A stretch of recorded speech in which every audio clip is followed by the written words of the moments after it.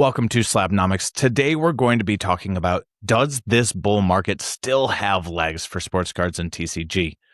This question is incredibly appropriate because we've had a very long bull run that spanned back into the beginning of 2025. We're now in about a year and a half, and I know that some people are starting to get nervous.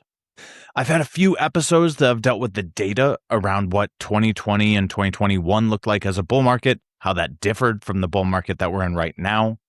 Primarily focused on where that influx came from. During COVID, it was from the bottom up. During the 2025 to now, what I call the AI bull run, it's coming from the top down. We'll talk a little bit today about how I'm finding things, how I'm taking the temperature of this bull market. But before we do that, if you're watching this on YouTube, make sure to give me a quick like on it. And on Spotify, make sure to head over to Instagram at some point and shoot me a DM with what you liked or did not like with this episode. Now, let me set the stage a little bit. I've seen a lot of creators when I'm surfing around Instagram talking about how it's time to be cautious. It's time for us to start pulling back a little bit. I know a great many of content creators and cards guys who have been consolidating from the very get-go, just moving up into those grails, using this opportunity of the bull market to be able to do that. And the longer a bull market goes on, the more that makes absolute sense. The most foundational reason for that is due to loss aversion in human beings. Studies have shown that human beings fear loss twice more than they want to have gain. And this loss aversion ratio is what keeps human beings in check. But at the same time, if you look at markets like Pokemon, a little bit of One Piece, you might see these things as rocket ships. So you might well ask yourself, where's the loss aversion there? In sports cards, similarly, we've seen things go up on a rocket ship during COVID, and then crash down to earth just as quickly in the year afterwards. So the most critical question is really, how do we know when we should start selling? Well, the big caveat here, if I knew exactly when to buy and sell, I'd be on my own private island. But what I'm going to go over this episode is not so much the when and the what, but more the why. Let's boil this down to the most fundamental of values here. If we're going to be looking at bull markets and bear markets, we're going to have to understand that these are driven by us, by human beings. And human beings are going to be motivated by many different things. I already touched on the loss aversion versus greed ratio. But just as powerfully, we are herd animals. The things that we see walking around, the opinions that we hear when we're at vendor tables. And admittedly, those news flashes and clickbaity things that we see on social media are the things that are going to inform our decisions and going to inform a bull market's stop and a bear market's begin. So learning from each other is how we're going to be able to get a true pulse on where a market is. And I want to take advantage of my time at Fanatics Fest, as well as my most recent time vending at the SoCo Expo and walking around the National, to use that as a gauge of the temperature of where our market is for the AI bull run. I believe over the past few months, I've been cautiously optimistic while many other people have been crying bear. What I found from those other channels is many of them were trying to draw parallels to COVID, and as I started out this video saying, this is not the COVID bull market. Those that are making that analogy, I totally understand why. That's the other massive bull market that we've had while most of us have been in the hobby. But the macroeconomic environment of that time period, a time when we had surplus coming in, a lot of people laid off, so much risk and uncertainty around the global economy as well as the US economy particularly, and in general, some fearful loss of identity in people are not things that we're seeing right now in the AI bull market. Yes, this is a time where there's rapid change happening, and honestly, I think we're in line for some really rapid GDP growth. The biggest thing that we have going for us in this AI bull market is the institutional money that's coming in. This is the reason that the AI bull market has been top down, meaning the high end of the markets has been juicing up, while the low end of the market has been barely registering. We're seeing real money be put into collectibles, whether it's funds being organized, whether it's new distribution channels like breaking really taking off, and yes, other forms of gambling like re-slabs, repacks, that we're seeing continue to move along the base of the hobby.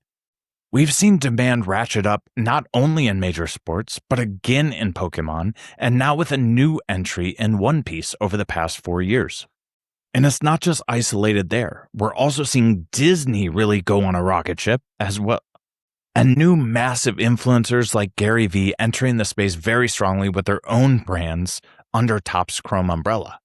All the while, we're seeing the advent of AI really take over and boost the technology of the hobby that was pretty backward until now. If you've ever graded through Beckett and you've seen what their app looks like, maybe a mid-2000s app, you know that most of these other apps springing up that do things like organize your collection, allow you to see better data of sales, submit to different marketplaces, and many more are apps that are new, they're technologically innovative, and they're exciting. And then you see money coming into promotion, and you see people with mass media followings coming into the hobby, like Tom Brady with Card Vault. And all of these things are taking the hobby from a hobby into a business. The shift from Panini to Fanatics is a foil for what's happening elsewhere throughout the entire hobby. We're coming from something of a dinosaur with Panini, which was lagging behind on a lot of innovations and seemed to be a little bit stale in many areas, to Fanatics, which is itself a massive company, a true business-oriented franchise. They're vertically integrated, they're led well, and they know how to throw an event. So that leads me to my Fanatics Fest experience. I talked about it on a couple of my podcasts recently, so I'm not going to go into it too much. But Fanatics Fest was an experience. And it's organized in a way to bring people into the hobby. You can see your favorite athletes. You can see them up on stage in front of you, talking about what they've done, talking about what the future looks like, talking about things that are exciting and invigorating for the sports and the hobby. And then they lead you into the card stables to see the cards that you can actually buy. Your hero that was up on stage has cards right there in that room that people can lead you to and show you a little bit about and answer questions for you. And you can own a piece of that memory. It's tying the experience to owning a memory. And you add on to that all of the activations and all of the merchandise that isn't card specific that's sitting there in Fanatics, and just the energy that's so pervasive, and you get an experience that's bringing people into the hobby in the most organic way possible. Now, about a week later, I've just come back from the National and vending over at the SoCo Expo, which is the soccer-only expo. And I feel like the National is the opposite of what I saw at Fanatics Fest. The National has the same old tables and the same old layout doing the same old thing. Last year, I know they added a bunch more in the Breakers Pavilion. This year, I wasn't there for very long, so I can't say that I experienced everything that they had to offer, but it really did just seem the same old thing that I saw last year at the same expanse. Sure, they added some tables upstairs, made it more crowded, didn't seem to really care about funneling traffic in a way that was comfortable, I guess. It just seemed like they added a little piece to an unwieldy structure. And the National's great. There's so much history behind it. But that's really what it is. It's a piece of history that you get to go walk around in and feel. But the National is becoming more about conservation to me. More about keeping what was. And the third experience that I had within this was the SoCo Expo, the soccer-only expo, which this year got extended into TCG. And I think Scott did an amazing job really solidifying the SoCo Expo's place within the hobby and especially within the soccer card community. Last year was a lot of fun. It was great meeting a lot of people, and I think everyone felt the community there, the buzz of the soccer card community. But I think this year people came in and saw this as a true exposition, a true convention like the National. It was much bigger. It was very, very well organized. And having the Pokemon and One Piece in there really brought a new, fresh-faced crowd that I think offered some cross-migration between soccer and between a very hot industry full of young people with a lot of energy. It was the perfect blend of fresh, but also we're here to stay and we are real. So what does all this tell us about where the state of the hobby is? We have tradition, we have growth, we have technological innovation, we have institutionalization. The people that came to my table and bought big soccer cards from me, 10K plus, were people that were buying to have this for a very long time. They saw the value of these cards for long-term holds and investments. And the people making those kind of plays when the market's at this level, when we've just come out of a massive World Cup, are the people that see things long-term and see that we're at the beginning of growth cycles for a lot of these sub-industries, if you will, for cards. Japanese Pokemon's been going from 1996. American Pokemon's been going from 1999. One Piece just started in 2022.